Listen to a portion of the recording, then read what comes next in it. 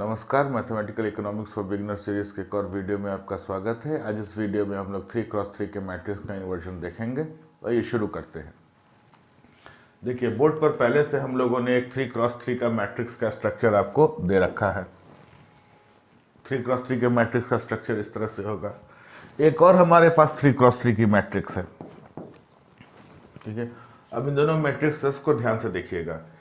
यहाँ के एलिमेंट्स को हम लोगों ने कुछ इस तरह से डिनोट कर रखा है, स्मॉल लेटर से डिनोट कर रखा है, जबकि इस मैट्रिक्स को हम लोगों ने एक ब्लॉक लेटर से डिनोट कर रखा है।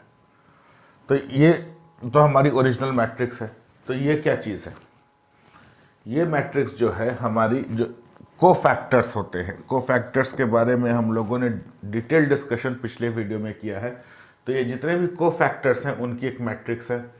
ऑर्डर सबका वही है, जैसे A11 है, A11 है, A12 है, यहाँ भी A12 है, A13 है तो यहाँ भी A13 है।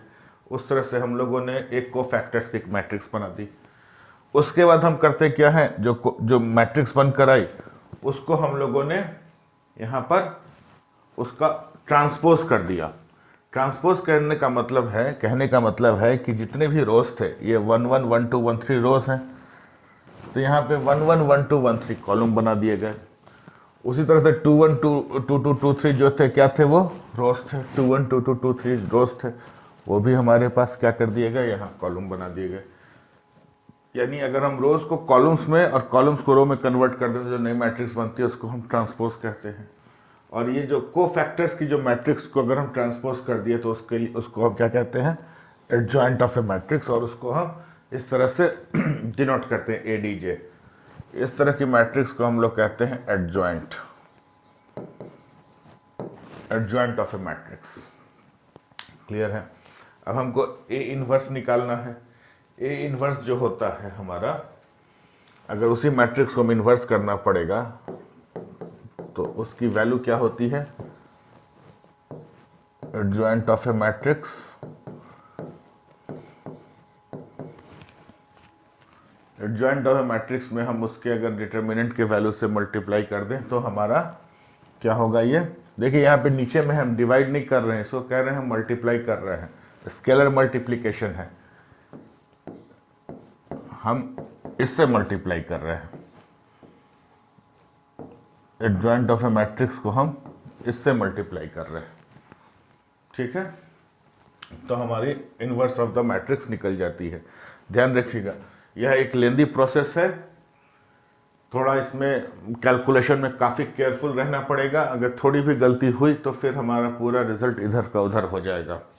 इसलिए जितनी प्रैक्टिस हो सके उतनी प्रैक्टिस आप लोग कीजिएगा, और जब आपको एक्सपर्ट हो जाइए सब्जेक्ट में तभी इस स्टेप को आप स्किप करने की कोशिश कीजिएगा। सबसे अच्छा तरीका क्या है कि आप सारे कोफैक्टर्स पहले निकाल लीजिए। इसके A11 की वैल्यू निकाल लीजिए। A11 की वैल्यू क्या आएगी? कुछ इस तरह की आएगी। A11 की वैल्यू कितनी होगी?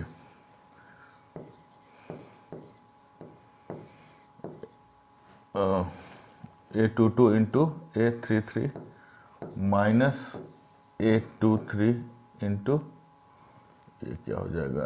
देखो यहाँ मिस्टेक हुआ है।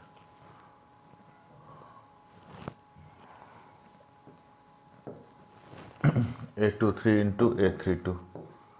इस तरह से सारे कोफैक्टर्स पहले एक जगह निकाल लीजिए, ठीक है। उसके बाद उन कोफैक्टर्स को सजा दीजिए, उसके बाद उनका ट्रांसपोज कर लीजिए। इस वाले स्टेप को आप तभी स्किप कीजिए जब आपका इस विषय पर अच्छी प्रैक्टिस हो जाए, एक्सपर्टीज हो जाए। उसके बाद स्केलर क्वांटिटी जो है, ये हमारी स्केलर क्वांटिटी होगी।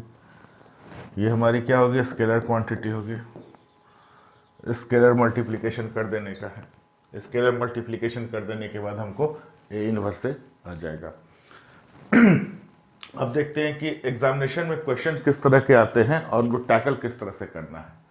देखिए, बोर्ड पर एक क्वेश्चन लिखा हुआ है, determine the equilibrium prices of 3 independent commodities that satisfied. एक सेट ऑफ साइमल्टेनियस इक्वेशन हमारे पास यहाँ पर दिया हुआ है। सेट ऑफ साइमल्टेनियस इक्वेशन दिया हुआ है, हमको इसको सॉल्व करना है। सॉल्व करने का मतलब क्या होता है? एक्स वाई और जेड की हमको वैल्यूज निकालनी है। वैल्यूज कैसे निकलेंगी? तो इस मैट्रिक्स को कुछ इस तरह से हम जिस पूरे जो सेट ऑफ साइमल्टेनियस इक्वेशंस हैं हम उनको कुछ इस तरह से रिप्रेजेंट कर सकते हैं एक मैट्रिक्स के फॉर्म में।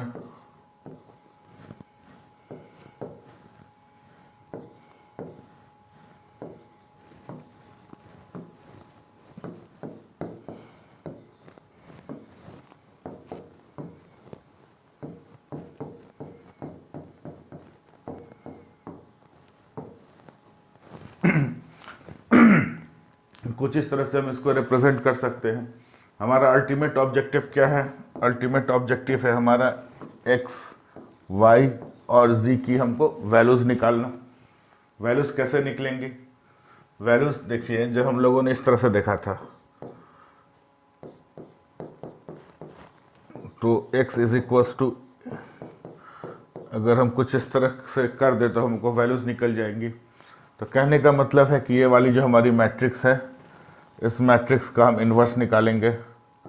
ये मान लीजिए हमारी मैट्रिक्स A है, इस A का हम A इन्वर्स निकालेंगे। A इन्वर्स निकाल के A इन्वर्स जो है ये भी तो हमारी एक मैट्रिक्स, नई मैट्रिक्स मिलेगी। इसका भी ऑर्डर क्या होगा हमारा? इसका भी ऑर्डर हमारा 3x3 का ऑर्डर होगा। इस 3x3 के मैट्रिक्स में हम इस 3x1, इस मैट्रिक्स का ऑर्डर क्या होगा? 3x1 होगा। 3x1 के मैट्रिक्स में इसको मल्टीप्लाई करेंगे तो हमारी रिजल्टेंट मैट्रिक्स क्या मिलेगी? रिजल्टेंट मैट्रिक्स भी मान लीजिए हमारी ABC मिलती है। ABC हमारी रिजल्टेंट मैट्रिक्स मिलती है, तो इसका भी तो ऑर्डर 3x1 ही होगा। यानी कि हमको रिजल्ट क्या मिलेगा? रिजल्ट कुछ इस तरह का मिलेगा।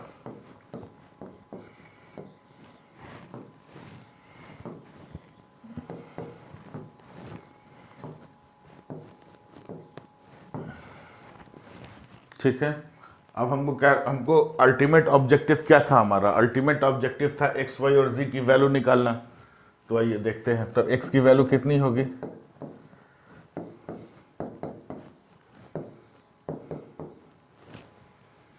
क्लियर है?